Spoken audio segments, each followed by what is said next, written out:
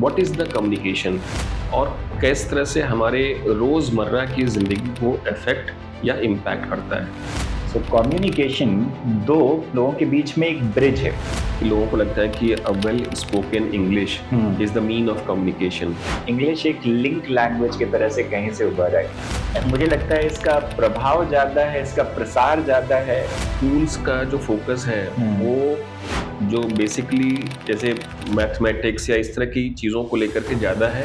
जैसे ही जब आप स्कूल विद्यालय से निकल करके कॉलेज पे आते हैं, जीवन में पहली बार आपको समझ में आता है कि आपको सॉफ्ट स्किल्स भी मतलब और शायद बहुत ज़्यादा इम्पोर्टेंट जिसे कहते हैं वो होती है। How people think what is the good communication.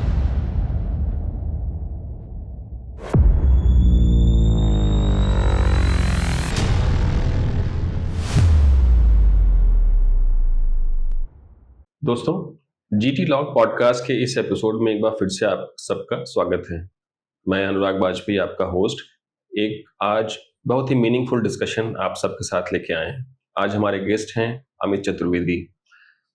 Amit communication expert हैं और एक क्षेत्र में लगभग 18 से 20 साल का एक्सपीरियंस और तजुर्बा भी रखते हैं।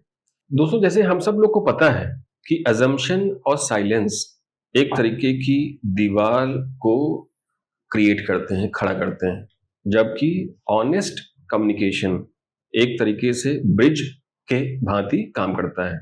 आज का हमारा जो डिस्कशन है वो एक अप्रोप्रिएट कम्युनिकेशन को फोकस करते हुए ही है।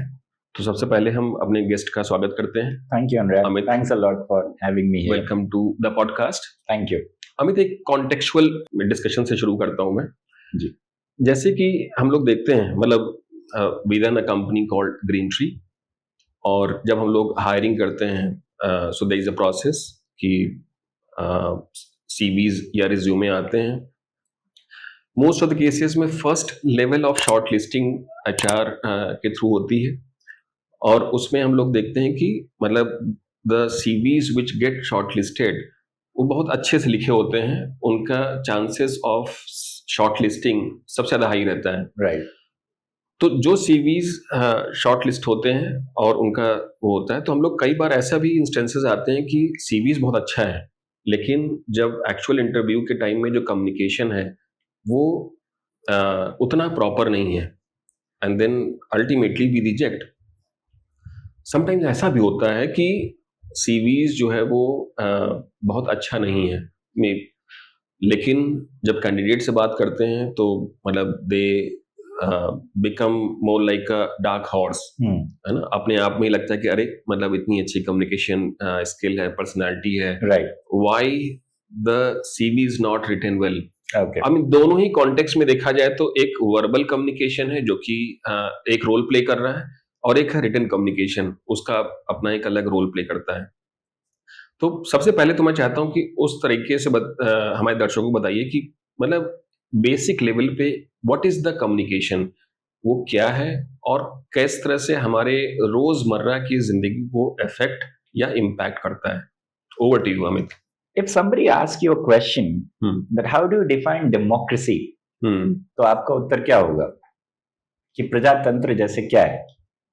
प्रजातंत्र मतलब एक तरीके का फ्रेमवर्क है, सिस्टम है, जिसके थ्रू मतलब सरकार का गठन हो रहा है और फिर लोगों को उनके जो चयन जो उन्होंने किया है, सेलेक्ट किया है, उसके थ्रू एक उस सिस्टम को चलाया जा रहा है।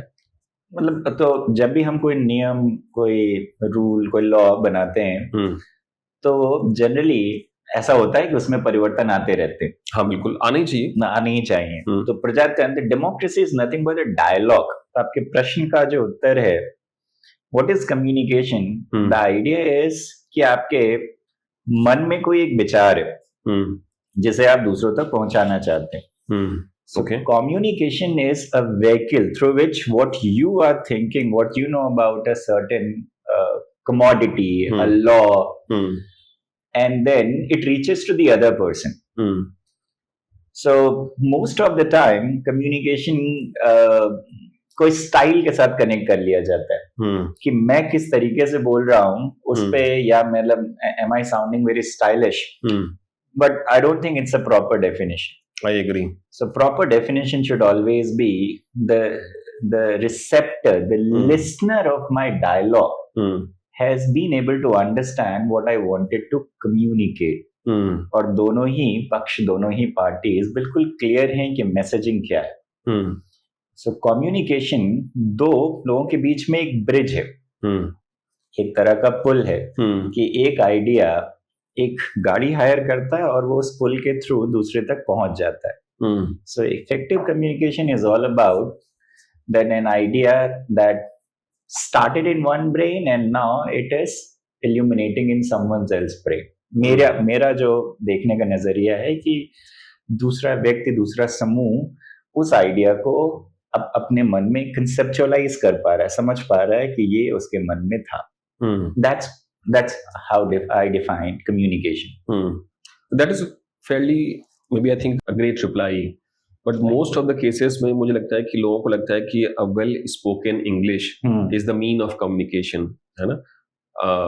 मतलब आप अपने इस करियर में जहाँ पे आप इतने सारे कम्युनिकेशन कोच हैं, इतने सारे लोगों को ट्रेन करते हैं, how do you see that how people perceive communication? एक अच्छा कम्युनिकेशन के लिए, मतलब आपके हिसाब से तो आपने बता दिया, but let us hear कि how people think what is the good communication. You are absolutely right about it, Anurag, and that majority of people always equate it with your ability to speak in English. मैं बहुत लोगों से मिला हूँ जो आंचलिक भाषा में, रीजनल लैंग्वेजेस में, हिंदी में बहुत ही धारा प्रवाह और बहुत संस्कृत में. मैं भोपाल स्टेशन पे था शताब्दी ट्रेन पकड़ने पे, और मैंने जीवन में पहली बार किसी व्यक्ति को फोन पे संस्कृत में धारा प्रवाह बात करते हुए सुना था. अब मेरा मतलब विद्यालय के बाद से संस्कृत से कोई संपर्क रहा नहीं, लेकिन मैं आपको बताऊं कि मैं 10 मिनट उस व्यक्ति के आसपास रहा. हैंग आउट कि उसने मुझे मतलब कि कुछ और नहीं समझा होगा, लेकिन इतना अच्छा लग रहा था. तो मुझे लगता है कि भाषा फिर से एक व्हीकल है. अंग्रेजी इसलिए क्योंकि मुझे लगता है इसका प्रभाव ज्यादा है, इसका प्रसार ज्यादा है, थैंक्स टू मीडिया. कि जो मूवीज हैं, जो आप नेटफ्लिक्स देखते हो, जो बुक्स पढ़ते हो, जो पॉपुलैरिटी है, most of the people, specially क्योंकि भारत एक बहुत ही डाइवर्स कंट्री है और जहाँ पे हमारे पास भाषाओं के इतने अलग अलग प्रकार हैं. somehow surprisingly, and I don't know the reason behind it, English एक लिंक लैंग्वेज की तरह से कहीं से उभर आई. और काफी जगह पे क्योंकि इसका मुझे लगता है प्रसार ज्यादा है, आसपास के बहुत सारे टूल्स हैं, बहुत सारे ऐसे मीडियम्स हैं जिसमें इंग्लिश का प्रयोग किया जाता है, तो शायद इसको कम्युनिकेशन से इक्वेट कर दिया गया. अदरवाइज ये लैंग्वेज एग्नोस्टिक कंपोनेंट है. एब्सोल्युटली. हिंदी में बोलिए, इंग्लिश में बोलिए, संस्कृत में बोलिए, किसी भी तरीके से बोलिए, वो सब कुछ जिस भी तरीके से अपनी बात रख पाते हैं. मुझे लगता है कि भाषा का प्रयोग करना एक स्किल है. आप जिस भी भाषा में अपनी बात रखते हैं, so I think if we are able to detach skill part from language, तो हम लोग कम्युनिकेशन पे अच्छी गहरी चर्चा कर पाएंगे, सीख भी पाएंगे और उसका प्रयोग अच्छी तरह से कर पाएंगे. कि भाषा एक स्किल है. अगर हम इसे स्किल की तरह से सीखें, ऑब्जर्व करें कि क्या ये मेरा रिस्पॉन्स अप्रोप्रिएट है, am I choosing the right kind of word, am I using right kind of body language, am I sounding exciting when I should. तो choice of words अगर मेरा सही है, क्योंकि अगर मैं इस पे थोड़ा सा समय खर्च कर सकूं कि क्योंकि हमें लगता है कि हम बोल लेते हैं इसीलिए हमें ये पता है, but I don't agree with this. क्योंकि मतलब I also agree. There is a saying that it says it takes almost 1.5 or 2 years for someone to learn how to speak, and it takes lifetime to keep a mum at the right moment. Correct. कि आपको जीवन लग जाता है कि कब कहाँ नहीं बोलना चाहिए. नहीं बोलना चाहिए. हाँ. So मतलब स्किल की तरह से देखें rather than अंग्रेजी, हिंदी, संस्कृत, उड़िया, बांग्ला, या मतलब अगर वहाँ आप जिस भी जगह अगर आप स्किलफुल हैं. मैं भी इस चीज को मानता हूँ क्योंकि मतलब अगर आप एक छोटे बच्चे जो मतलब जब बिल्कुल नवजात शिशु के पॉइंट ऑफ व्यू से देखिए तो उसको उसमें बोलना नहीं आता है, 1-1.5 साल तक भी बोल नहीं पाता है, उसके बावजूद भी वो अपनी माँ से पूरा कम्युनिकेट कर लेता है।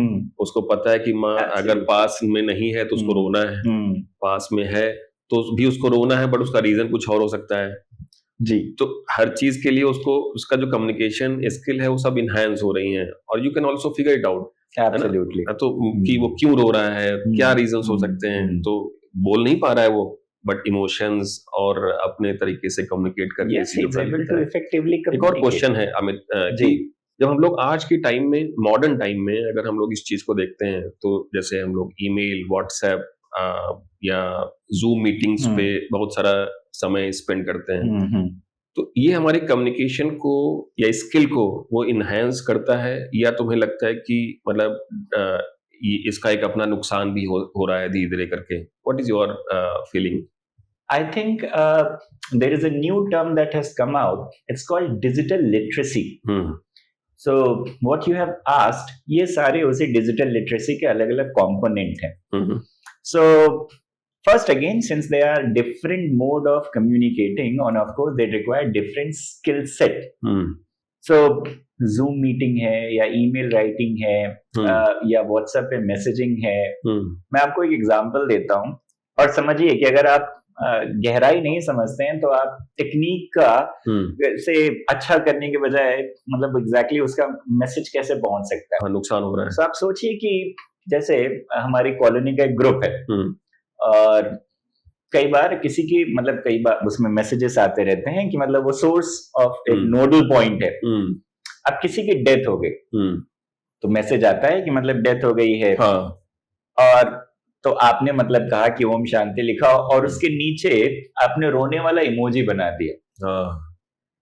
Do you realize two adults are, one is sending, one is reading? How ridiculous it sounds कि आपने एक बहुत संवेदना भरा मैसेज इसके नीचे लिखा। इसका मतलब है कि emoji itself is a very different form of language, and unless you know how to use it, मतलब आप सोचो कि आप पढ़ रहे हो और आपके घर में या ईश्वर मतलब एक ट्रेजेडी हुई है और आप उसमें एक इमोजी से के थ्रू आप मैसेज नहीं भेज सकते। मतलब that wasn't it, you know, it wasn't meant for this message. But ये बहुत लोग करते हैं। तो आपका जो प्रश्न मेरा, मैं फिर से वही बात पे घूम करके आऊंगा, स्किल है। और क्योंकि हम अगर इस पे इन्वेस्ट करें, समय सीखें या मतलब ऑब्जर्व करें जो जिन्होंने इसको मास्टर किया है, तो हम ऑफ कोर्स स्किल को सीख सकते हैं। नहीं करेंगे तो इसके डेफिनेटली इसके रिपरकशन से नुकसान है, मैसेजिंग बिल्कुल गलत जाती है। आप अपना एंटरप्राइज रन करते हैं and I am absolutely sure you may have got बहुत सारे आपके पास उदाहरण होंगे, आप कह कुछ और रहे हैं, समझा कुछ और गया है, उधर से क्या आया है, आधे टाइम पे आप लोग मतलब उसे फिगर आउट कर रहे हैं।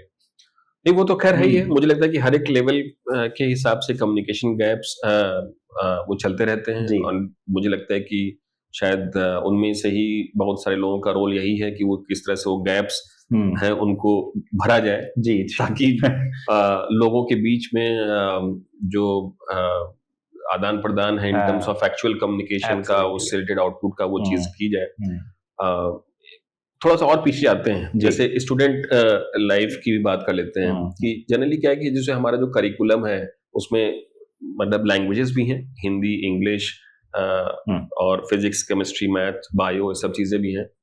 बट तुमने जनरली भी देखा होगा कि स्कूल्स का जो फोकस है वो जो बेसिकली जैसे मैथमेटिक्स या इस तरह की चीजों को लेकर के ज्यादा है। इन जनरल जो बच्चे इवन इफ लैंग्वेजेस में अच्छा भी कर रहे हैं, they don't get the desired appreciation in most of the times.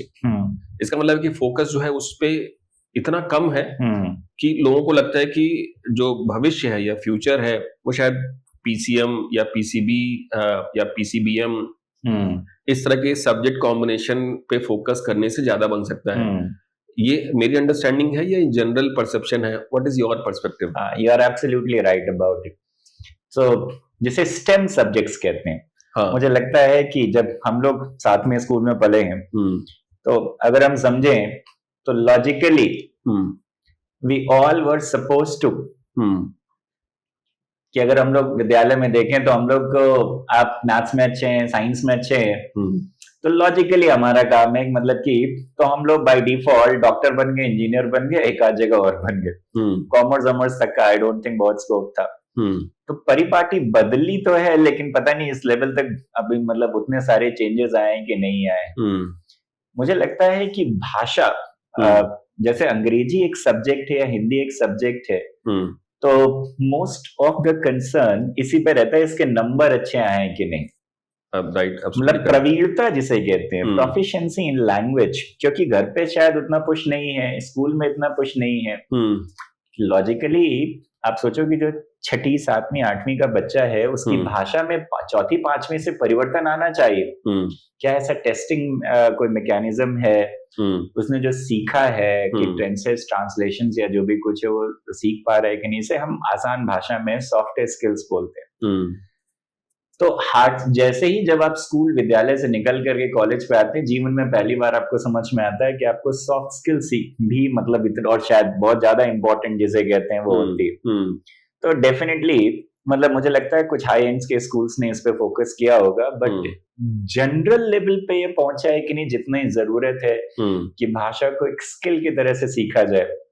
और शायद एक जैसे में बहुत मतलब मेरा एक पॉइंट ऑफ व्यू है कि स्कूल में एक सब्जेक्ट होना चाहिए 5वीं 6ठी के बाद से, how to speak well, how to live well, how to live well and how to speak well. ठीक है, मतलब I can be too naive कि क्या उसका पैरामीटर हो सकता है। I am sure there must have been very very learned people, but कम से कम कहीं पे इस पे चर्चा होनी चाहिए कि ये जो सीख रहा है कि आप कि इसका जीवन से कितना संबंध है, रियल लाइफ में से कितने एग्जाम्पल्स हैं। हाउ टू स्पीक वेल में how to listen well definitely आएगा ही आएगा, because the kid is going to be a teenager in no probably in no time, और आधे टाइम पे वो कॉन्फ्लिक्ट मैनेज करता रह जाएगा स्कूल में, घर पे, कहीं पे। So when you view it as a skill, I hope you understand why am I taking it as a skill, ताकि आप मतलब ये समझें कि इसको सीखना पड़ेगा, इसके लिए एक मोडस ऑपरेंडाई चाहिए, इसके लिए एक सिस्टम चाहिए। मुझे लगता है उससे अच्छे रिजल्ट्स बन सकते हैं। अमित, इसमें एक और मतलब फॉलोअप क्वेश्चन है कि कई बार क्या होता है कि कुछ लोगों की लैंग्वेज पे जो स्किल है, वो कमांड जो है वो बेहतर रहती है ना, because of their upbringing also, absolutely, because of their parents background. अगर वो घर में भी अच्छी तरीके से कम्युनिकेशन को फॉलो कर रहे हैं तो शायद मतलब नेचुरल है कि उनकी बेहतर होती है। Shashi Tharoor wrote his first novel or story at the age of 9. At the age of 9. I hope you understand. I'm not saying read it. तो जो आपका प्रश्न है कि मतलब ये डेफिनेटली एक एडेड एडवांटेज है। तो मतलब अब पॉइंट यही है कि चलिए कुछ लोगों को एक तरीके से लेगेसी एडवांटेज मिल सकता है, ठीक है, बट इसका मतलब ये नहीं है कि जो लोगों का कम्युनिकेशन स्किल्स अच्छा नहीं है। I have also seen lot of kids कि वो शाई उनको बोल दिया जाता है ना, एक्चुअली वो शाई नहीं होते हैं, बट अगर वो मतलब इंफीरियरिटी कॉम्प्लेक्स से गुजर रहे हैं तो they are termed as a shy kids, है ना। उनकी जो पार्टिसिपेशन है in the group is always lesser than the more vocal kid. Absolutely. तो उस तरह केसेस में मतलब what is your suggestion to the parents कि अपने बच्चे को किस हिसाब से इस तरह की स्किल्स में उनको हेल्प करें, बढ़ाएं, या तुम्हें लगता है कि ये प्रॉब्लम एज सच प्रॉब्लम नहीं है, इज और do you feel that this should be treated as a problem? We are a very loud society, very loud.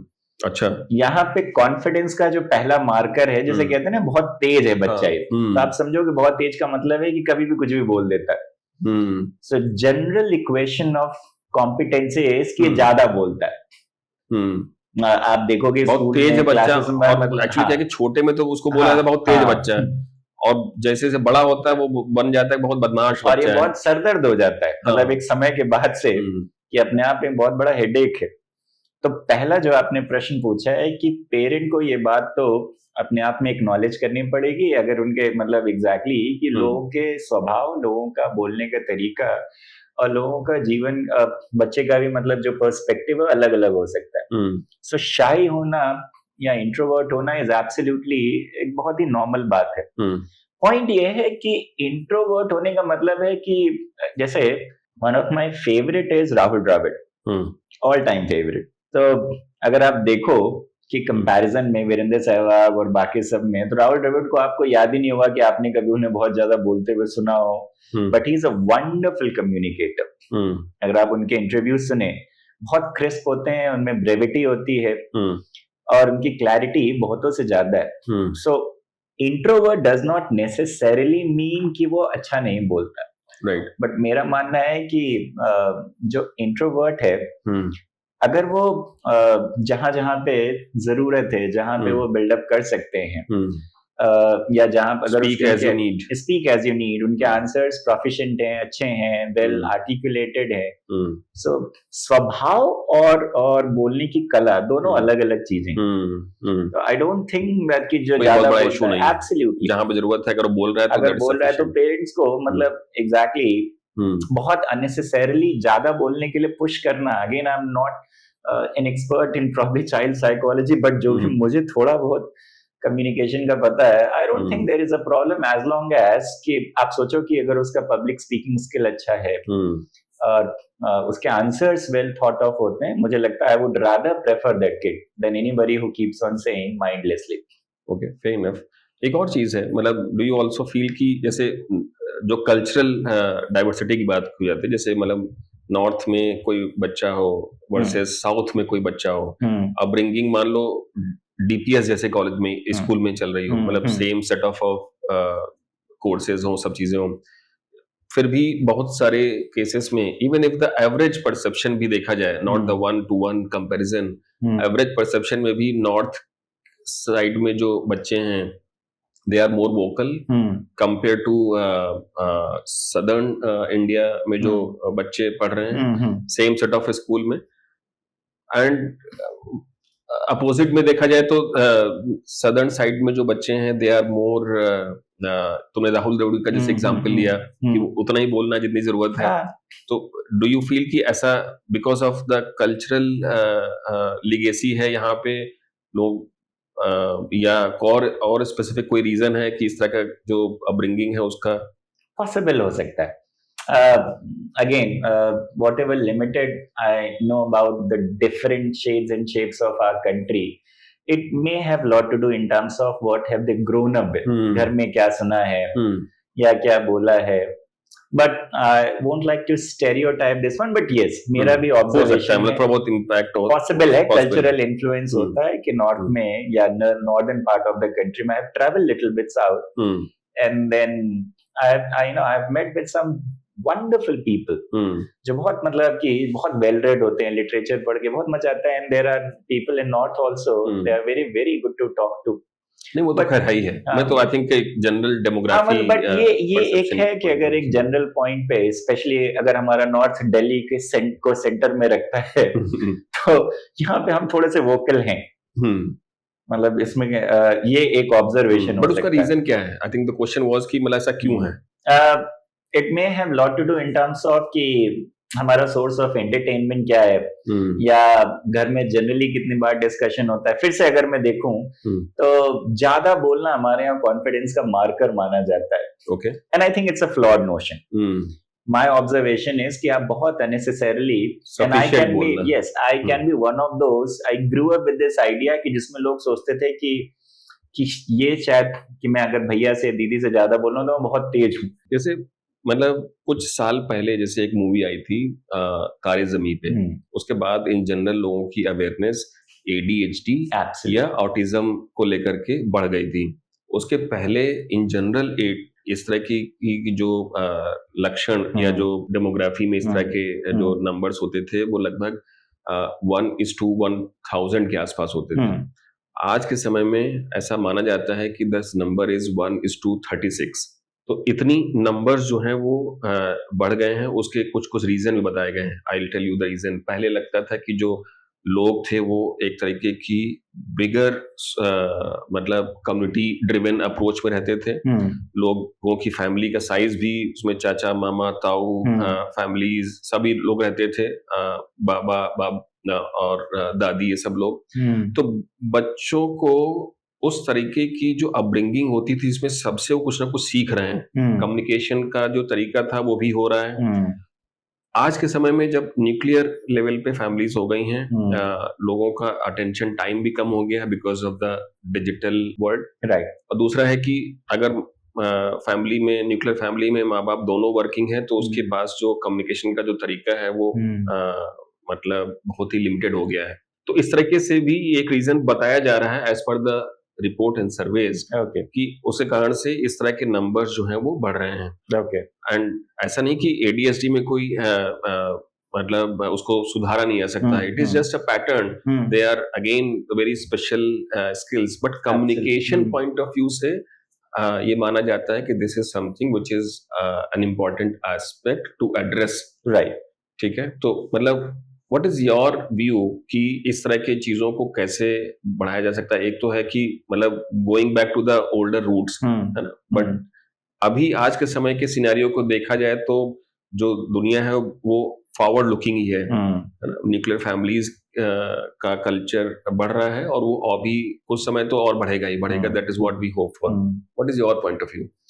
I think if I could paraphrase, you're talking about that availability of exposure and absence of exposure is leading to some of the communication problem in kids. हाँ, कह सकते हो। तो क्योंकि जब आप when you were growing up, you had people to talk to. So I think it has a lot to do with कि आपके आसपास में when there are many people, so probably अगर आपके पास एक joint family या neighbors हैं, not necessarily family भी है, so you are able to, as a kid, again my naive observation says you have more pattern to follow, you have more words to learn. अगर हम purely skill point पे देखें तो एक बच्चा अगर अलग अलग लोगों से इंटरेक्ट कर रहा है तो वो बहुत अलग अलग डाइवर्स वोकैबुलरी से एक्सपोज हो रहा है, डाइवर्स सोशल कॉन्टेक्स्ट में अपना ऑब्जर्वेशन शेयर कर रहा है या आंसर दे रहा है। बट अगर उसका ऑब्जर्व मतलब एग्जैक्टली एक या दो व्यक्ति ही घर में है, माता पिता है, और उसका एक्सपोजर बहुत कम है, सो एंड देन उसकी वोकैबुलरी या उसका जो लिंग्विस्टिक स्किल है वो सर्टनली मतलब इम्पैक्ट होगा ही होगा। As a kid if you are not meeting with different kids also, एक टर्म जिसे यूज किया जाता है वो होता है unsupervised play time. Unsupervised play time आप मतलब कई मैंने सोसाइटीज में ऑब्जर्व किया है कि पेरेंट्स अपने छोटे बच्चों को कहीं पे प्ले टाइम के लिए लेकर जाते हैं और वो वहीं पे खड़े रहते हैं कि अगर बच्चा 1-2 घंटे कुछ खेल रहा है, अब पता नहीं मुझे एग्जैक्टली आई डोंट नो इससे इम्पैक्ट क्या आता होगा, और मुझे लगता है कि इनफैक्ट अगर आप उसके प्ले टाइम पे भी इंटरफेयर कर रहे हैं, फिर से आपका ही जो कम्युनिकेशन है, आपका चॉइस ऑफ वर्ड्स आधे टाइम पे वही चल रहा है। So yes, from a very very non expert and probably point of view, आपका एक्सपोजर अगर कम है while you are growing up, it will certainly impact your vocabulary, your word skill, your sentence framing. तो मुझे लगता है कि इस पे असर पड़ता ही होगा। Rest experts will be the better people जो लैंग्वेज पे रिसर्च करते होंगे या किस को जिनमें इन्होंने ऑब्जर्व किया होगा, I am sure they will agree. थोड़ा और प्रोफेशनल कम्युनिकेशंस पे बात करते हैं। Yep. तो इन जनरल प्रोफेशनल कम्युनिकेशन के मतलब 2-3 टिप्स क्या हो सकते हैं? फॉर एग्जाम्पल जैसे मतलब एक तो है कि अप्रोप्रिएट तरीके से लिखना एंड कम शब्दों में ज्यादा चीजों को व्यक्त करना, है ना, और कम्युनिकेशन का तरीका वर्बल और रिटन। सो प्रोफेशनली अगर देखा जाए तो which one may B I think what are the 2-3 aspect which are more important? Tell me the context where you want to use this professional one in terms of interview, in terms of presentation, what you are exactly looking forward to. Let us say interview first. Right. कि पहले organisation में जब किसी की entry होती है, तो that starts with the interview. Yep. है ना? तो उस वाले केस में भी देखा जाए तो मतलब I think I used one instance as a description in the starting कि ज्यादातर केसेस में वही होता है। बट जैसे इंटरव्यू के टाइम में व्हाट इज, अब जो लिखा हुआ है सीवी के टाइम में वो तो लिखा ही हुआ है, right, what is the may be I think 2-3 aspect that the interviewee should take care of? You've asked a very very good question. It's one of my favorite one. So thank you for asking this. आप किसी का मतलब आपने बहुत सारे interviews अपने enterprise के लिए कंडक्ट किए होंगे। With your experience, out of 10 people, if you ask this question, tell me something about yourself. So what is your experience कि एक पैटर्न होता है आंसर का, मतलब 10 में से 8 लोग मुझे लगता है, can you share that pattern? एक तो मुझे लगता है कि जो सीवीज टिपिकली लिखे होते हैं, हाँ, है ना, मुझे लगता है कि मतलब I only look at let's say 5-6 aspects. एक तो है कि स्कूल, उसमें क्या लेवल ऑफ प्रोफिशिएंसी रही है, college, and then work experience, and most of the cases I also follow what is the extracurricular. और ज्यादातर लोगों के केसेस में एक्स्ट्रा करिकुलर वही चीजें लिखी जाती हैं जो मुझे लगता है कि उनको शायद नहीं आती, क्योंकि उन्होंने सब मतलब कॉपी किया है। किसी ने एक तो प्लेइंग क्रिकेट लिखा होता है, म्यूजिक लिखा होता है, और एक आध कोई और चीज लिखी होती है। तो मतलब उसमें वही चीज में मेरा प्रश्न है अनुराग कि अगर आप मेरा इंटरव्यू ले रहे हैं और आपने मुझसे पूछा tell me something about yourself, और मेरी सीवी आपके सामने, और मैंने कहा कि मेरा नाम, my name is Amit, I am from this college, I have done this, and मेरा बीकॉम यहाँ से, एमकॉम यहाँ से या एमए यहाँ से, और मैंने इतने साल वो किया है। मेरे 40-50 सेकंड के पूरे वर्बल असॉल्ट में आपके पास कितनी काम की इंफॉर्मेशन पहुंची है? मतलब कुछ नहीं ऑलमोस्ट, क्योंकि जो लिखा है मैंने वही बता दिया। बिल्कुल। I hope you understand, this is where I wanted to draw your attention to. Now you already know that कि मैं एक एमकॉम हूँ या बीकॉम हूँ और मेरे इतने परसेंट हैं, और you already no this, but आपने तब भी मुझे मतलब ये क्वेश्चन पूछा। इसका मतलब है as an entrepreneur, as an enterprise, आप सिर्फ एक ही प्रश्न में इंटरेस्टेड है, वो ये that probably what you can do for my company and why should I hire you. So all the questions technically are leading to that point. तो मैं गिटार बजाता हूँ या फुटबॉल खेलता हूँ, इससे आपको जनरली क्या ही मतलब होगा, but if I could tell you कि मेरे गिटार बजाने से मेरा जो एग्जैक्टली एबिलिटी है स्ट्रेस को हैंडल करने का इम्प्रूव होता है, ये आपके काम की चीज है। If I play football and that gives me physical and mental energy to work tirelessly for a project, ये आपके काम की चीज है। इसका मतलब है in an interview, in the next interview में 30-40 सेकंड जो सबसे क्रिटिकल होते हैं, अनफॉर्चुनेटली हम सबसे ज्यादा वेस्ट वही टाइम करते हैं। सो फॉर एग्जाम्पल, आपने किसी से भी 1-2 मिनट बात की और आपका माइंडसेट समझ में आ गया what the person is saying. So imagine if you ask me what did you और introduce, and if I say my name is Amit Chaturvedi, I am from Lucknow, I have done this, इससे आपको क्या फर्क पड़ता है? But if you ask me and say my name is Amit, I am a communication expert and I help people framing their ideas which they are generally not able to do, what does it tell you about what am I doing? Then you know I have talked about what can I do for you. So if you want to hire me for any communication training, then I have introduced you कि मेरे पूरे profile में ये आपकी काम की चीज है, और possibly I'm very passionate in terms of improving people's communication skills so that they can become better asset for any organization. So it generally makes you curious about it. Then you are curious, tell me more about it, how do you do that? So rather than giving you entire story of 5 minutes, I have exactly told you कि ये चीज आपके enterprise में आपके काम आने वाली है. So I'm skilled in a particular trade that will help train your employees so that they can become more productive and they can give you more results. And that's precisely why you should listen to me. And that is precisely I would agree to it. और ज्यादातर cases में ऐसे ही होता है कि मतलब अगर वो अपना पार्ट वही बता रहा है तो आई रियली फील दैट मतलब that is not something which I should give more concern. Absolutely. और मुझे लगता है कि जैसे एक स्पेसिफिक क्वेश्चंस मुझे लगता है कि शायद हमारे यहाँ पे एचआर या सभी लोग उससे पूछते होंगे, but one thing that I also ask कि मतलब why are you leaving the current organisation.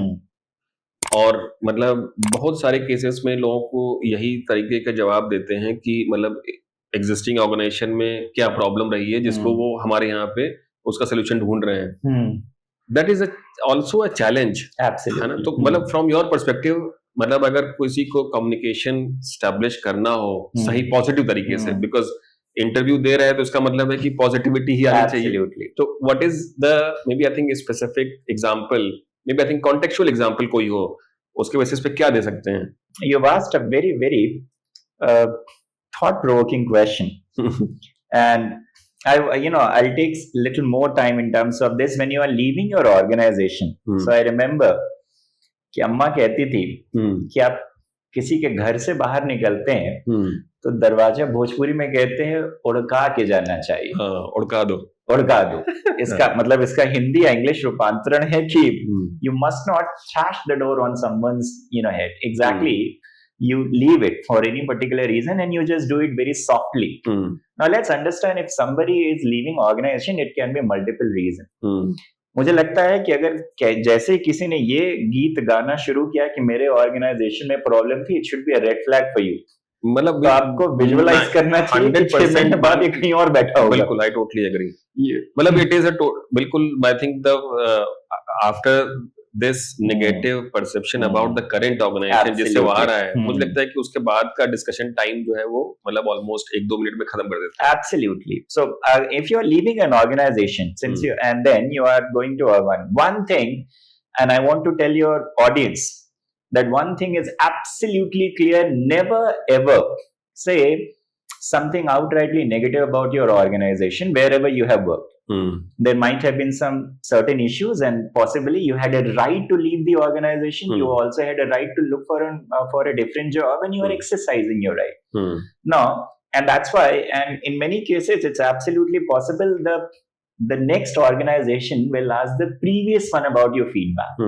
And imagine करिए कि फिर आप जिस पे, and that's why it's always a good idea, first of all, so I'll give you 3 tips. The first thing, that always try to keep it in terms of learning centric. In previous organization that I grew up in this particular role, I found that, and I kept on learning newer skills. After a while, that job opportunity or exploring different point of it, I learned that probably that particular segment wasn't working. I explored other options, and where my skills could have been utilized, I did not find it. So after deliberation, I realized it was time to move. I'm very grateful for what have I learned in my previous organization. That's the first thing. Very nice. Second one that I'm looking for, that I have read the job description of your company of lately. Having worked with that organization, I had XYZ skills I also learned, and that's why this is the opportunity and skill I am looking forward to. When I explored, I did not have in my incumbent organization, so that's why I talked to my TL and manager, and then I found that it wasn't there in the offering, and that's why I decided I look forward to it. So my primary reason for switching to it, that I want to have something more challenging, more aligned with my skill set and with my career goal. आप हमेशा बड़े सपने देख सकते हैं और मतलब आगे बढ़ सकते हैं, इसमें किसी ने नहीं रोका। The idea is to do it very gently and softly with the organization that trusted your ability. So मेरा सुझाव हमेशा से ये रहता है कि आप पीछे ऑर्गेनाइजेशन से जो आपने लर्निंग जो निकाली है उसको एक्नॉलेज करिए और आगे के लिए एक रास्ता बना लीजिए। It will also leave a positive impression and that to the interviewee mind कि आप अगर आगे भी आप जाएंगे तो आप हमारे लिए भी अच्छा बोलेंगे। राइट, हाँ बिल्कुल, मुझे भी लगता है कि शायद ऐसा ही होना चाहिए, बिकॉज ऑर्गेनाइजेशन और एम्प्लॉय का जो रिलेशन है that should always be on the long term basis. Absolutely, है ना? तो it is not that you are leaving it right now and you will never come back. You can always come back, you never know. हाँ, you never know. तो मुझे भी लगता है कि शायद हमेशा ही पॉजिटिव नोट पे आपको जाना चाहिए एंड देन हाँ, इसीलिए यहाँ भाषा की प्रवीणता, कई बार आप चाहते नहीं है लेकिन क्योंकि आप दक्ष नहीं है अपनी बात रखने में, you are not skilled in your communication and that's why आप कुछ ऐसा बोल देते हैं या आप फ्रेम नहीं कर पाए। So skill based, learning based पे फ्रेम करना चाहिए कि आपका अनुभव कैसा था, आपकी स्किल कैसी थी, आपके जॉब ने उन स्किल को कैसा शेप किया। अब आप उस स्तर पे पहुंचे जहां आपको ज्यादा चैलेंजेस चाहिए, ज्यादा बड़ा रोल चाहिए, ज्यादा बड़ी टीम चाहिए आपका लीडरशिप स्किल को एक्सरसाइज करने के लिए, and always skill, keep it skill based. So मुझे लगता है कि किसी को भी एग्जैक्टली कि आपकी स्किल के लिए जो हायर करेगा और देखेगा कि आपका अप्रोच पॉजिटिव है, आपका डिस्पोजिशन पॉजिटिव है, I think it will give quite a good impression. Okay, very nice, very interesting. मुझे लगता है कि जो तुमने बताया है it may help a lot to lot of people. तो ठीक है, इस तरह के कुछ और कॉन्टेक्चुअल डिस्कशन करता हूँ मैं। तो मतलब एक कॉन्टेक्स्ट है जहाँ पे एम्प्लॉय एंड मतलब उसका मैनेजर से कुछ डिस्कशन चल रहा है, द एम्प्लॉय ऑल्सो फाइंड कि मैनेजर की तरफ से कुछ जो प्रपोजल आया है उस पे एम्प्लॉय ने मिसअंडरस्टूड किया, जी, ठीक है। अब वो उसको पोलाइटली किस तरीके से उसको बताए कि नहीं जो आपने भेजा है वो एक्चुअली में सही नहीं है, what is the best method? I think in professional communication, one has always to learn how to keep people and issues separate. इसमें ईगो इश्यूज बहुत हो जाते हैं। हाँ, मतलब लोग और इशू दोनों को सेपरेट रखने की एबिलिटी होनी ही चाहिए। When you are saying either the manager is telling his employee or the employee is telling the manager, I think I will talk about 2-3 things. First of all, place is very important. Where you are you challenging your manager in a public space? Bad idea. That's the first thing. Right. So again, are you talking probably, since it's a private conversation, the place is very important. Second, very few people pay attention to the general emotional mood of both of the parties. अगर आप बहुत ज्यादा, जैसे एक कहावत है that if you write an email, well, you're probably, when you are very angry and then it's very dark, then you'll be paying price when it's very light, or probably when the dawn comes to you. So if you are very angry, and then you must ask, is it the right time and the right place for this conversation to take place? Because if emotions are driving you, I don't think that your rational brain will be able to produce good result. Nice. So 2 things: first, place; second, the right time. Do you have the bandwidth? One. And then it's always a good idea to seek somebody's permission who is your senior. So, dear sir, that you send a message and I have interpreted, or probably my understanding it runs is like this. Is it the right time? Probably can we discuss it? Do you have the bandwidth? Do you have the mental space so that we can figure it out and I can take care of mine? Will you please help me understand this context? अब देखिए, 2 चीजें हैं, explain it to me and will you help me understand. शब्दों का थोड़ा सा हेर फेर है, बिल्कुल, कि चयन वाला will you please help me understand, now what have you done, you have acknowledge his position, you have understood about it, and then you are then it looks like you are in doubt and you are seeking your seniors guidance. और दुनिया का सबसे जैसे कह सकते हैं आपकी पसंदीदा प्रश्न होता है कि क्या आप अपनी एक्सपर्टीज यूज करेंगे इसको मुझे एक्सप्लेन करने में। सोचिए आपको ह्यूमन लेवल पे कैसा लगेगा that if you say that he's seeking my help, won't you be, in most of the cases, won't you be happy to do that? सही बात है। So as an employee, I have to look for, I will repeat my answer because it's a very tricky question and I think everybody must know it. Place, the mood of the receiver and of the communicator, both. If both parties probably, if it's little agitating, I think it's always a good idea to park the discussion. और next tricky question बात करते हैं। तो मान लो कि ऐसे कोई situation है जहाँ पे एक एम्प्लॉय दूसरे एम्प्लॉय का क्रेडिट ले रहा है, ठीक है? Quite an example. और वो मुझे लगता है कि हो सकता है कुछ लोगों को पता भी हो। How the other employee should give this message to the first one? सम क्लियर है? So the employee has to talk to other employee, or the employee has to talk to the seniors about it? No, I think let's say employee to employee. कैसे इस communication को कैसे establish करेगा? Again, so Anurag, there are 2 ways of it. For example, that probably one of my friends or somebody has done it and I go to him and I challenge him that you have done this. Now, who will accept it that I have done it? कभी ऐसा possible है क्या? If I go and challenge somebody that you have taken my credit and one, क्योंकि ultimately it will lead to lots of controversies and one, इसका कोई मतलब अच्छा refresh करता हूँ मैं। तो है नहीं। मान लो कि जैसे एक टीम स्ट्रक्चर है। Can I complete it? हाँ please. I was just talking about mechanism and mannerism about it. Please, so for example, if I say, and you have asked a good question, it's a very practical question, कि अगर मैं जाऊं और कहूं तुमने ये किया है, मुझे कुछ नहीं मिलने वाला।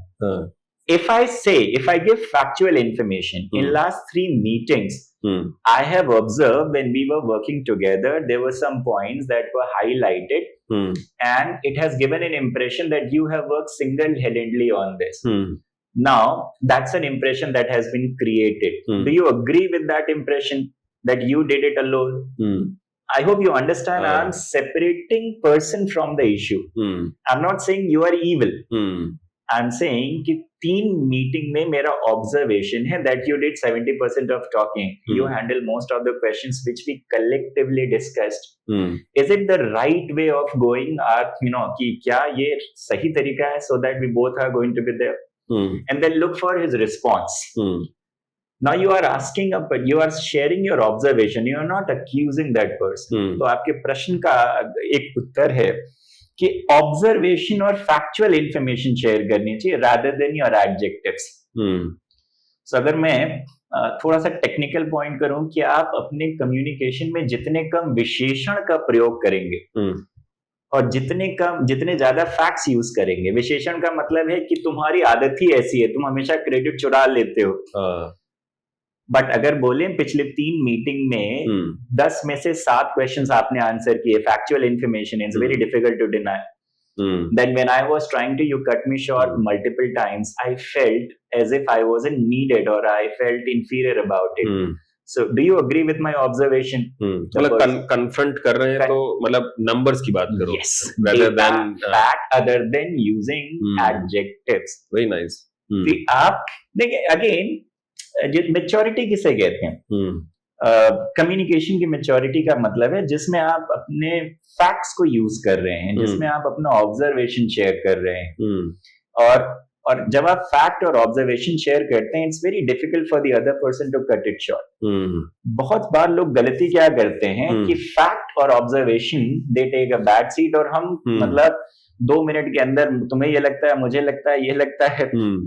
ये कम्युनिकेशन का वहां पे exactly it will never reach to any conclusive part. Clear नहीं हो पाता है. हाँ, क्योंकि आपकी शिकायत क्या है?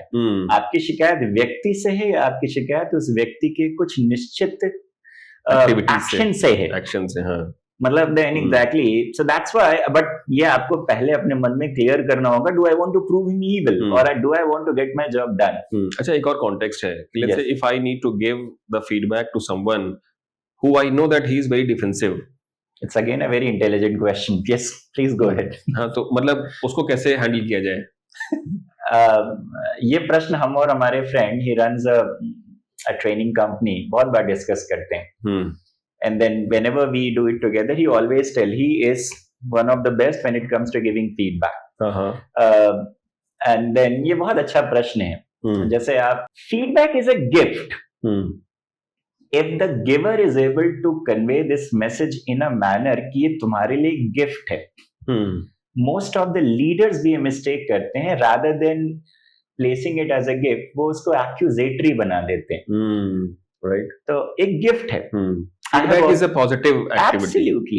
I have observed, in R1, in 3 of the projects, I have some observations, that I have made some observations.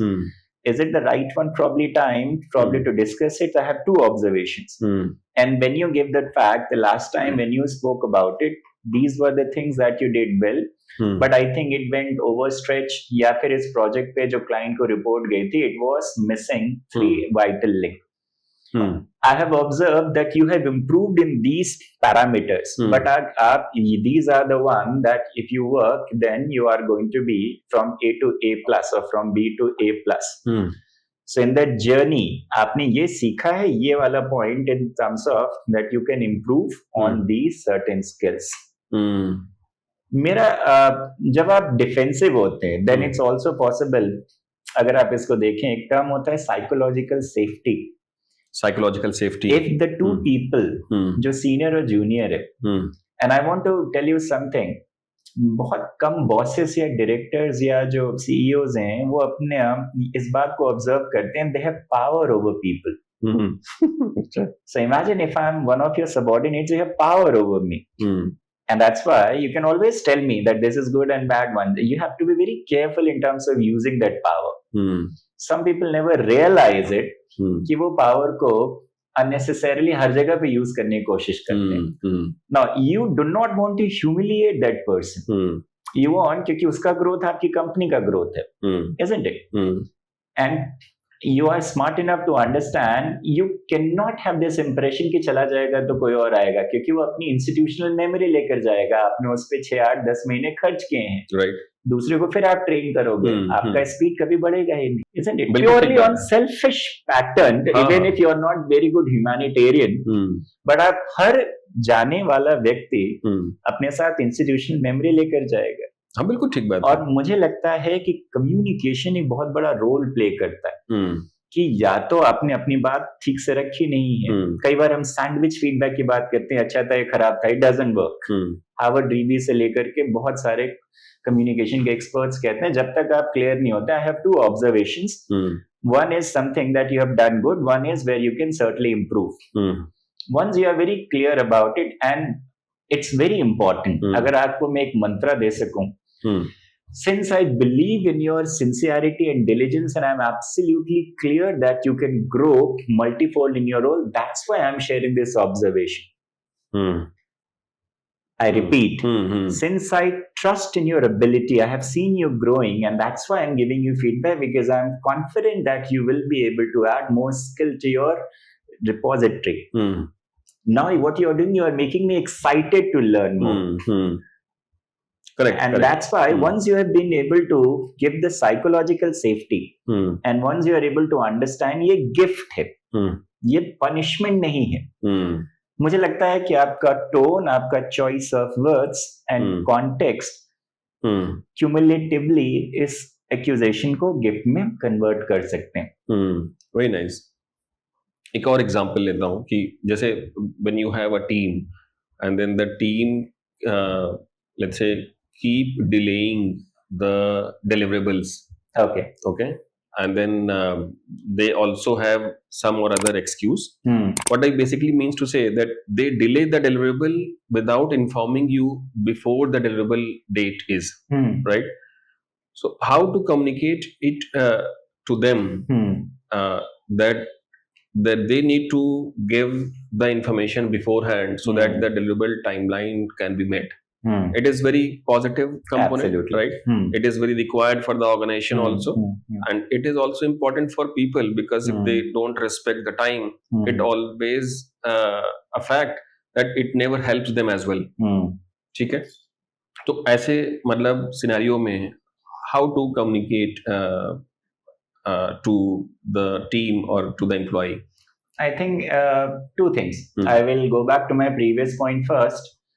That the senior, that somebody who is taking the charge, will have to ensure that if you are telling me a bad news, you are psychologically safe. That's the first thing.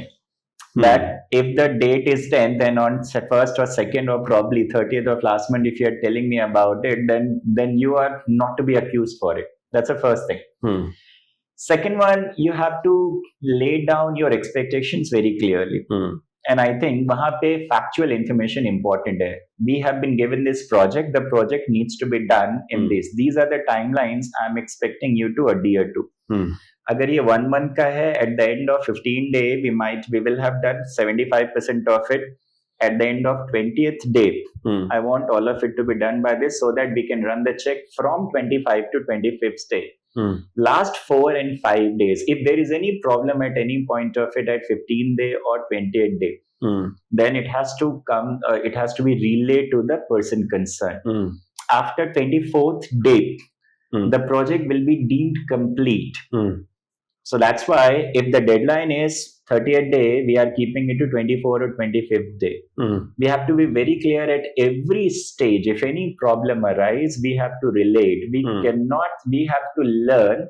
अगर आप इसको convey कर, जो मेरा observation है chunks में, कि 1 महीने की बजाय अगर इसे 10 दिन, 15 दिन, 20 दिन के अलग अलग चंक्स में भेजा जाए, तो आपकी प्रॉब्लम्स एक्यूमुलेट नहीं हो। मॉड्यूलर कर दें कि अगर, and of course you have to observe 15 day में, हम कई बार बॉसेस से मिस्टेक करते हैं कि हमने 1 मंथ कहा तो उनका चेकिंग ही 27 डे में आएगा। मॉड्यूलर में एक रिस्क है अमित, या जनरली फीडबैक ये हमें मिलता है कि मतलब this is like to much micro management, है ना? तो मतलब आपने एक एक्टिविटी डिफाइन की, अगर उसको बहुत सारा पार्ट्स में फिर वो फीडबैक लेते रहे, तो उसका यही है कि too much micro management, you are right, monitoring हो रही है. That is also the flip side. But expectation client side से ही है कि क्लाइंट मतलब टाइम पे पूरा हो जाए. You are right. My only point is you are absolutely right at everyone. So imagine कि आपने उस वर्क को अगर आप 4 चंक में नहीं कर रहे हो तो 2 चंक में किया. But अगर 24th and 25th day, you have to be very clear about it. If I do not receive a message, then I am expected to believe that it is on track. कि ये 30 day non negotiable. I think when we are setting the context, यहाँ पे आप जैसे एक शब्द होता है कि इसको मतलब कि चलो देखते हैं कि 1 महीने में कंप्लीट हो जाए. आपने कौन सा मैसेज दिया कि 40 दिन भी चलेगा? जो चॉइस ऑफ वर्ड है ना, we will try to finish in 1 month, ये खतरनाक. मतलब डेडलाइन जो है वो स्पेसिफिक और क्लियर हो जाए. We have to finish it. We will try and we have to finish. Choice of words. We have to finish it at 26th day, 27th day itself. And I'm leaving it to you. You are experienced and that's why you have done this project. If you experience if you don't want to micromanage, that's a fantastic way. If you just have to be very clear about it. It's your baby. You have to be very clear about it. After 20th day, we will assume it to be finished. During at any point of time, if there is an issue arise, that has to come. जो भी आपका relay person है, जो भी आपका connect है. यानी जब context set कर रहे हैं, I think it has a lot to do with the context setting.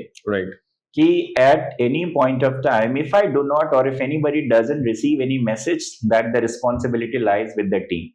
So you have to be very clear about it, no matter what happens. I think जो senior हैं, अगर वो if they are able to connect it that way, set very clear deadlines about it, and then what is acceptable, what is not, I think this problem can be taken care of without sounding micromanaging. Okay, fine. Amit, एक और part है, I think मुझे लगता है कि written communication पे जी है ना. आपने देखा होगा ईमेल्स में भी अब AI इंक्लूजन हो गया है, and there are lot of emails, particularly leave, sick leave, casual leave, या even to say I have been suffering from fever. तो क्या कि मतलब देयर आर स्टैंडर्डाइज्ड ईमेल्स आने लगी हैं. तो मतलब नुकसान यही है that people tend to believe that the cause जो एम्प्लॉय रख रहे हैं वो कॉज जो है वो जेन्युइन नहीं है, है ना. क्योंकि AI के सपोर्ट से अगर आप ईमेल लिख रहे हैं तो सर्टेनली उसका तो पैटर्न धीरे धीरे करके ही इम्प्रूव होगा. बट अभी तो एक तरीके की अगर आपके मतलब 2-4 एम्प्लॉयज का सेम तरीके का ईमेल आ रहा है, इसका मतलब है कि the pattern is pretty much like the same. तो क्या है कि genuine reason लोग नहीं लिखते हैं. And one more aspect कि हाँ मतलब अगर छुट्टी लेनी है तो I have some personal maybe thing to address, और मुझे छुट्टी लेनी है. तो मतलब what is the fine line in terms of let's say कि how much to be revealed to the let's say manager कि छुट्टी लेनी है. तो मतलब ऐसे तो there are set rules, but मुझे लगता है कि ऑर्गेनाइजेशंस, कंसल्टिंग फर्म्स में there are lot of flexibilities कि आपको नहीं आज आना है तो you just send an email, that's okay, that is fairly acceptable also. But in general it should also be looking genuine, है ना. तो बट जो AI इंट्रूजन है उससे बहुत सारी चीजें मतलब फैब्रिकेटेड या उस तरह से भी लगती हैं, which gives the wrong impression on manager about the employee. तो क्या है कि एम्प्लॉय के जेन्युइन रीजन होने के बावजूद भी उसका इंप्रेशन खराब हो रहा है. What is your opinion on this? I think in that sense, the manager straight away has to tell that taking a leave for contingency is one of your rights, and that's why we don't have any problem as long as the work is not suffering. And we would rather expect you to just give your reason rather than trying to magnifying it. मतलब आपकी अगर mail 3 line की है या 30 line की, उसका आपकी leave की क्वालिटी पे कोई असर नहीं होता है. So you have to tell them that you are wasting your time in terms of trying to decorate it जहाँ पे इतनी जरूरत है नहीं. और मतलब जैसे कि रीजन, एक्चुअल रीजन बताना चाहिए या नहीं बताना चाहिए. What is your point of view? If there is these are again, I'll go back to one point of it that I think they are smart enough to realize it what comes under private purview. So if I'm taking a leave for some medical examinations, if I say I have some medical issues and then one that probably I don't think manager should be asking, and one, because any medical issue has to be a private issue.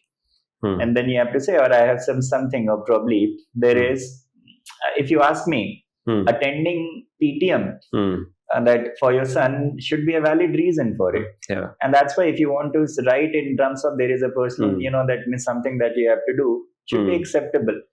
But just overly, and managers as an employee, you have to understand that you're not building a pattern that कि आप अगर आप मतलब कोई excuse दे रहे हो तो exactly जैसे हमें कब लगता है कि excuse दे रहा है, जब एक pattern reveal होने लगता है.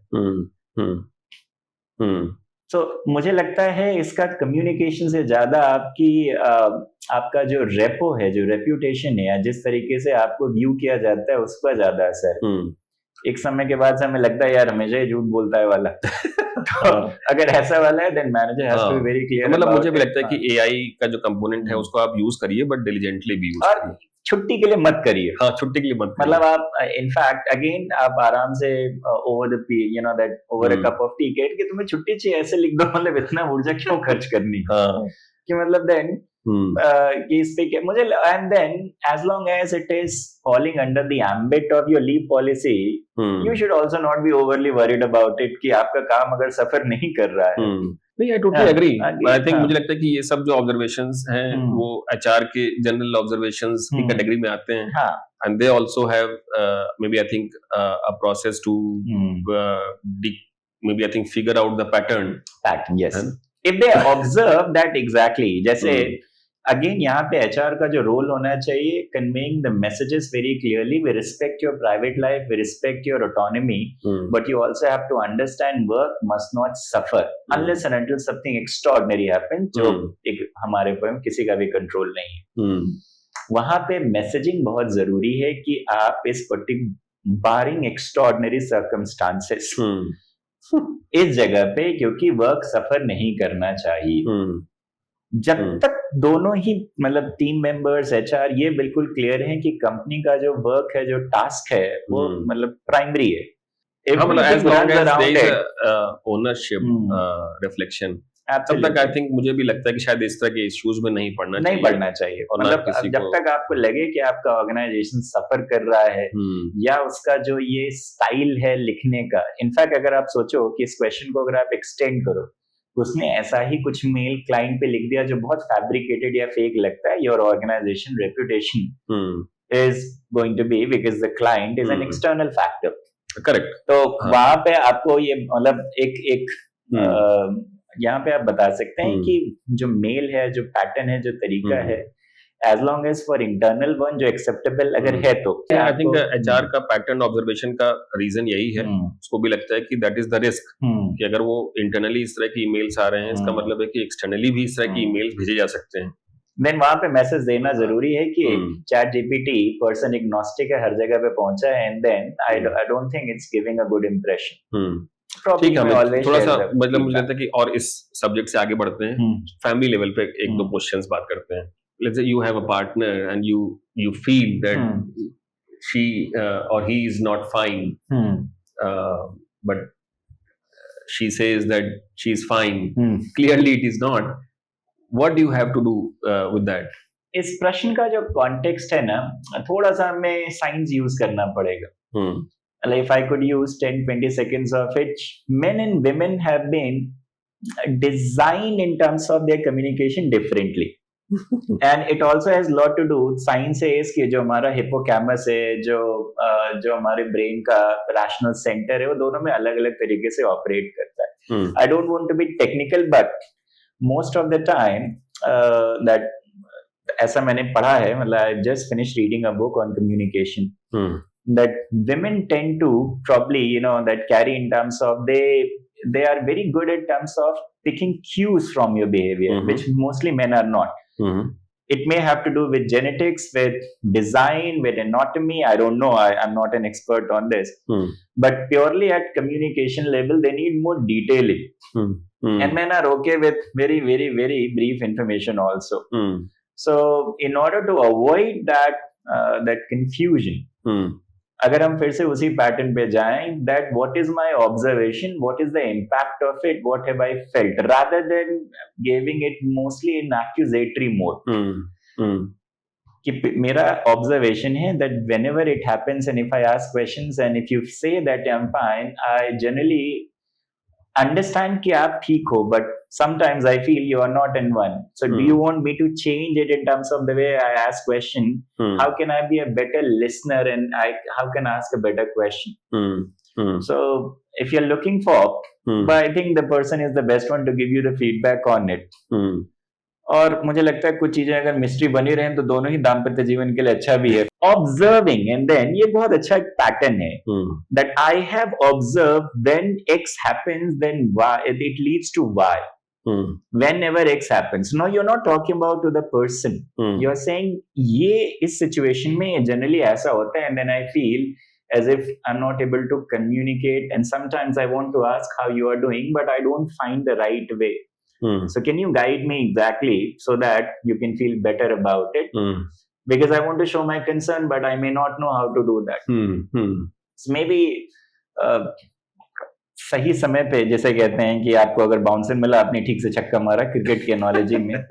बट अगर कोई बहुत ही ज्यादा, ये तभी काम करेगा when both, you know, that exactly both person have the bandwidth to talk something जो थोड़ा सा ट्रिकी हो सकता है. Very nice. I'm not sure कि आप रात में 1 बजे आए हो और मतलब आपने कोई बर्थडे उसका मिस किया हो तो वहां पे आप सॉरी ही बोल सकते हैं. मैं बिल्कुल ठीक बात कर रहे हो.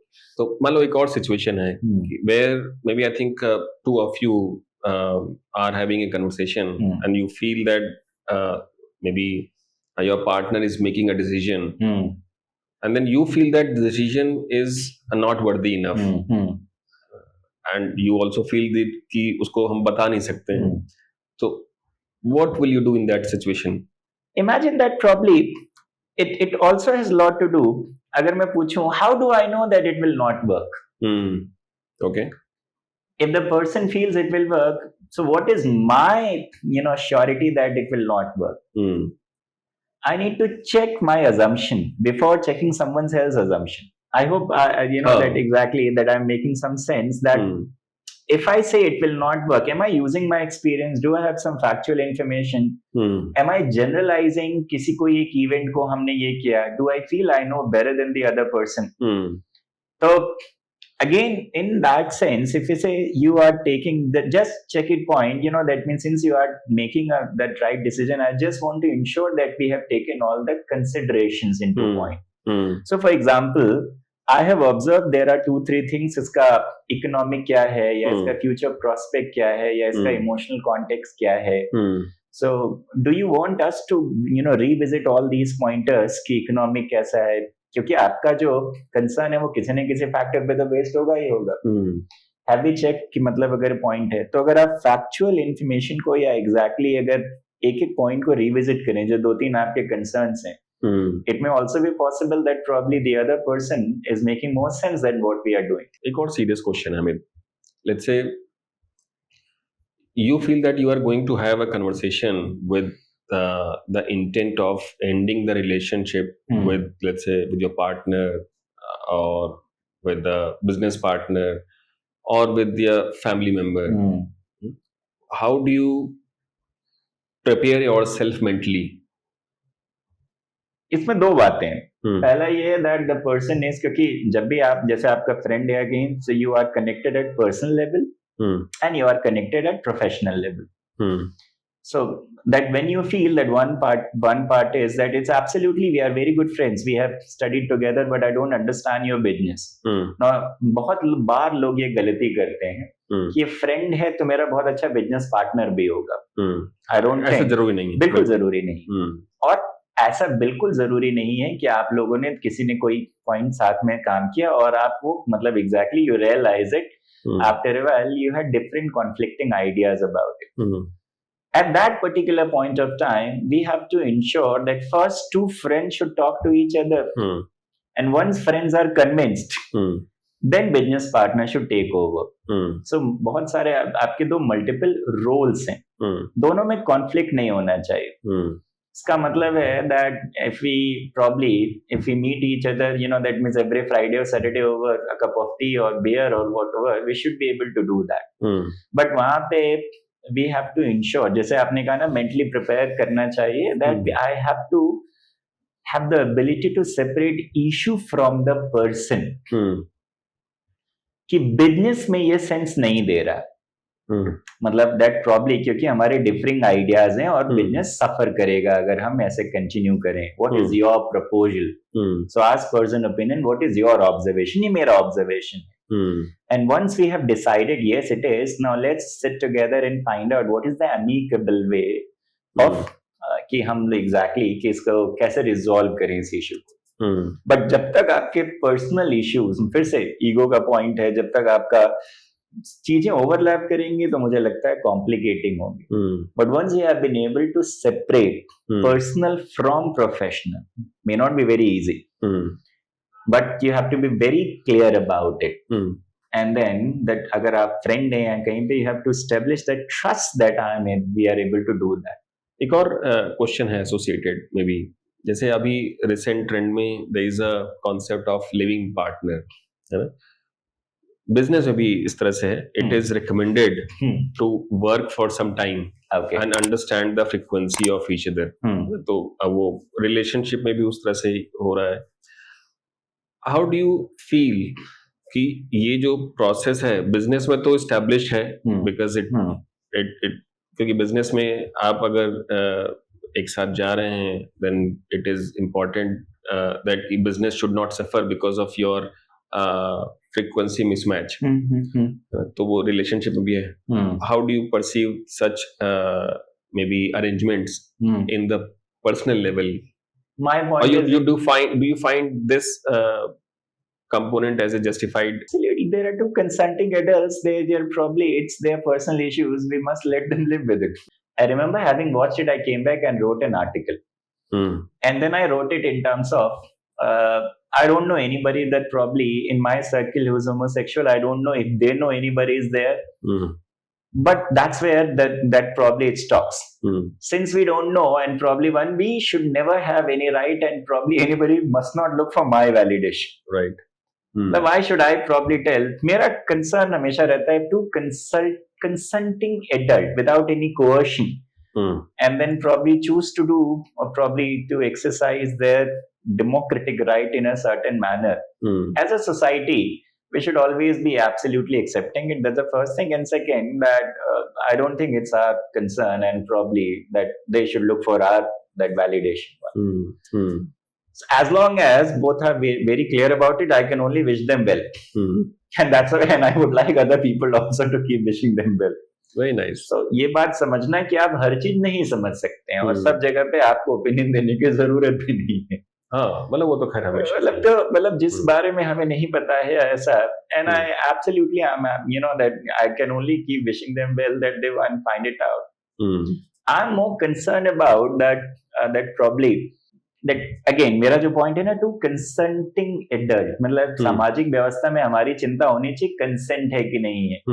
कि मतलब अगेन जैसे ड्यू डिलिजेंस कहते हैं, इसके बाद में सामाजिक व्यवस्था को मतलब एग्जैक्टली. बट जैसे मतलब मैं ये भी बताना चाह रहा हूँ कि मतलब बिजनेस के पॉइंट ऑफ व्यू से तो इट मेक सेंस, बट अभी भी सामाजिक व्यवस्था में लिव इन का जो कॉन्सेप्ट है वो इंडिया में भी एक्सेप्टेड नहीं है. सामाजिक व्यवस्था में बाहर तो है ही है, तो कुछ सालों में यहाँ पर भी हो जाएगा, है ना. तो मतलब that is something that is a natural process in terms of maybe going through this phase, right? यही है मतलब that again, and I think it should be absolutely all right. Okay. In terms of again, for example, मुझे लगता है कि the very process of, अगर हम थोड़ा सा history of marriages पढ़ें, तो purely marriages का एक ही purpose होता था when they came into picture in terms of that कि पॉलिटिकल क्लाउड ट्रांसफर करने के लिए, जब तक वो नॉर्मल में नहीं आया होगा. पहले तो ग्रेजुअली उनका शेप चेंज हुआ. सिंपल सा मतलब सामाजिक व्यवस्थाएं बदलती हैं, डिफरेंट लोग different course of action follow करते हैं, and it's absolutely all right. I don't think there should be much of an issue as long as that probably that two people that with they are making informed choices. So big very nice. So Amit, मेरा एक rapid fire round question है तुम्हारा. Okay. ठीक है, तो will have let's say 3-4. KBC वाला जैसे चलता है संदूक वाला. हाँ, मतलब इट इज मोर लाइक कि मतलब क्वेश्चन आंसर फास्ट तरीके से है. Okay. ठीक है, तो मान लो कि पहला क्वेश्चन है कि एक ऐसी व्यवस्था बन जाए जिसमें कि मिनिस्ट्री ऑफ कम्युनिकेशन करके एक नया एस्टेब्लिशमेंट हो इंडिया में, and you are given the charge of this new ministry to take this forward. What will be your first order that will be coming from your desk? I think first of all, to start it at school level from 4th or 5th standard onwards, maybe from 15 minutes to 20 minutes, observing in terms of that how students are saying, how are they talking to their friends, how do they talk to their teachers, and gradually increasing more component to it. But एक बच्चा 5वीं 6वीं 7वीं के बाद से अपनी speaking और listening style से familiar होना चाहिए. ये उसके लिए लाइफ लॉन्ग स्किल होने वाला है. Having said this, the teachers and principals and all the people and all the point of it also need to observe. अगर हम रिफ्लेक्ट करें और ऑब्जर्व करें, and why am I starting from school, क्योंकि हमारा maths, English, geography, history school है, so school could be one of the better places to start with. That your communication is going to be your social currency, जिसे आप जीवन भर खर्च करेंगे. अगर आपके पास अच्छे पैसे हैं, इसका मतलब आपका करेंसी भरा है, तो आप आगे जाएंगे. अगर आपका करेंसी डिप्लीटेड है, it does mean you don't know how to say something, you're not able to express your emotions, you're not able to do something. So आपका करियर, आपका लाइफ, सामाजिक व्यवस्था पे फर्क पड़ता है. रोड, आप सोचो कि road rage is a classic example of communication failure, isn't it? Yeah. जिसके पास मतलब अगर कोई 60 लाख 80 लाख 1 करोड़ 2 करोड़ की गाड़ी चला रहा है, गाड़ी में थोड़ा सा लग गया, क्या वो उसका इकोनॉमिक वो नहीं कर पा रहे? नहीं. I think the way the message, and probably that in acute cases of it, there are some extraordinary cases when people don't have the mental capacity to do that, वो एक अलग बात है. बट मुझे लगता है इम्प्रूव्ड कम्युनिकेशन और skill की तरह ट्रीट करने से बहुत सारी समस्याएं काफी हद तक एग्जैक्टली हैंडल की जा सकती हैं, घरों में, स्कूल्स में, ऑफिसेस में. I am hopeful, I am quite optimistic about it. What is your pick between written communication versus verbal communication? I would rather like to speak. Okay. If you want, that looking for me, that I like speaking. Written is something that I like. That people say that I am a decent writer as well, but I don't take it one. I would, क्योंकि बोलने में I am able to convey my emotions also. Express better. So, a while ago, one of our friends came to us. I could have written him a message on WhatsApp, अच्छा लगा, but when I hugged him and I was able to say कि school के दिन की याद ताजा हो गई, मुझे लगता है कि मैसेज ज्यादा रिच फील होता है. What do you think? That is absolutely correct. Which one is more fascinating to you, speaking in Sanskrit or in Hindi? Sanskrit मुझे आती नहीं है. नहीं, मान लो कि तुम्हें आती है. अगर मुझे आती तो डेफिनेटली संस्कृत. Why? गीता में एक श्लोक है कि जब भगवान कृष्ण अर्जुन को सब कुछ बता देते हैं, तो उसमें एक श्लोक है, मुझे उसकी एक लाइन, लास्ट वाली लाइन याद आती है. इति ते ज्ञान माख्यातम गृहाद्यम गृहात्तरम एंड विस्मय तदेशणम यथेक्षसी तथा कुरु. इसका मतलब जो कॉन्टेक्स्ट है वो ये है कि मैंने तुम्हें सारा ज्ञान दिया और जितना गहरा से गहरा ज्ञान हो सकता था मैंने दिया. अब इस पे मतलब विचार करो. विस्मय तदेशणम यथेक्षसी तथा करो. और भगवान कृष्ण में मतलब उन्होंने ये कभी नहीं कहा कि ये करो, फिर उसके बाद बोला कि जैसी इच्छा हो वैसा करो, जो मुझे पता था. संस्कृत क्योंकि उपनिषद से, वेद से और आता है, और संस्कृत में हमारा एक्सपोजर बहुत ही कम रहा. मुझे लगता है कि इसको एक्सप्लोर किया जाए, और बहुत गहरी भाषा है, और अगर इसको पढ़ा जाए तो शायद ऐसी ऐसी चीजें, ये तो एक है, और ऐसा ऐसा सीखने को मिले कि हो सकता है कि बहुत सारे ज्ञान चक्षु मतलब जो कहीं सोए हुए हो खुल जाए. I always find it very fascinating कि संस्कृत में मतलब मुझे लगता है भाषा को भाषा के साथ वर्सेस बनाने से ज्यादा खराब कुछ नहीं कर सकते. भाषा को एंजॉय करना चाहिए.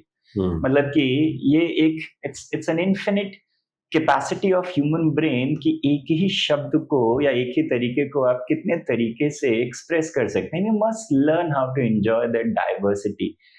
उसी बात को हिंदी में कह के, उसी बात को संस्कृत में कह के, उसी बात को अलग किस तरह का इमोशन कैरी किया जा सकता है. Very nice. Latest book that you have read? I just finished reading Arundhati Roy's memoir. It's called Mother Mary Comes to Me. And of lately, I have been promoting this book. I really like Arundhati Roy, the writer. Arundhati Roy is an activist and probably ideator. People can have different and differing opinions. Unke political ideas and leanings hain. We can have disagreements about it. So I'm a student of human communication, and I find and I rate her very highly. I don't know if she needs my rating or not. Probably doesn't. But जैसे आप देखोगे तो उस book के सबसे last में उन्होंने अपनी माता जी के लिए लिखा है that my mother, that she was my shelter and my storm. तो इसे फिगर ऑफ स्पीच की भाषा में कि एक ही लाइन में वो मेरे शेल्टर भी थी और मेरा स्टॉर्म भी वही थी. She gave me freedom and resented me having it. So इस जो ह्यूमन कॉम्प्लेक्सिटी को एक्सप्रेस करने की एबिलिटी है वो अनमैच्ड है. Another book which I keep on reading, it's called Nexus by Yuval Noah Harari. मतलब I read it 5-6 महीने पहले मैंने पढ़ा था. बट जो भी डेटा ह्यूमन कम्युनिकेशन जिस पे हम चर्चा कर रहे हैं, अगर उसको उसका डेप्थ समझना चाहते हैं, Harari is a wonderful story teller. तो काफी कुछ सीखने के लिए इन बुक में. So I really enjoy. Very nice. Thank you so much Amit. Thank you very much. I think मुझे खुद पर्सनली बहुत सारी चीज़ें सीखने को मिली. मुझे लगता है कि बहुत सारे क्वेश्चंस मेरे खुद के थे, because when you run the organisation, you are part of a family, you are raising a kid, तो मुझे लगता है कि बहुत सारे क्वेश्चंस होते हैं, and then we generally tend to avoid answering और आस्किंग देम. राइट. बट मुझे लगता है कि this is a good platform. I thought that may be, I think with the kind of expertise that you have, it may help not only me but to others as well. तो बहुत बहुत धन्यवाद एक बार फिर से. और thank you so much everyone for patience listening. I'll just want to add to it if I'm allowed to.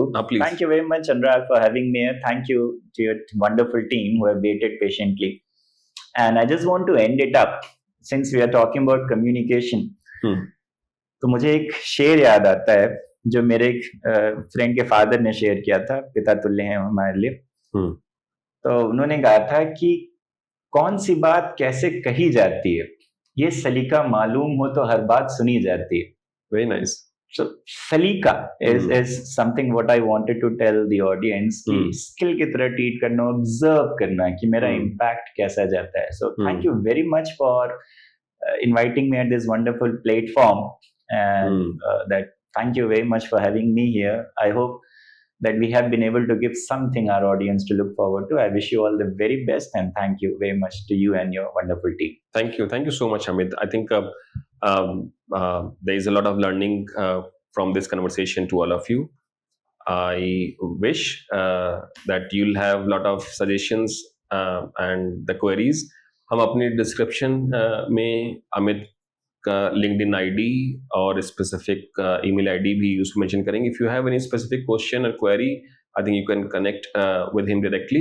और हमारे साथ में you can always give your suggestion. You can write to us और at social@greentree.global. Thank you so much everyone. Until next time, जय हिंद, जय भारत.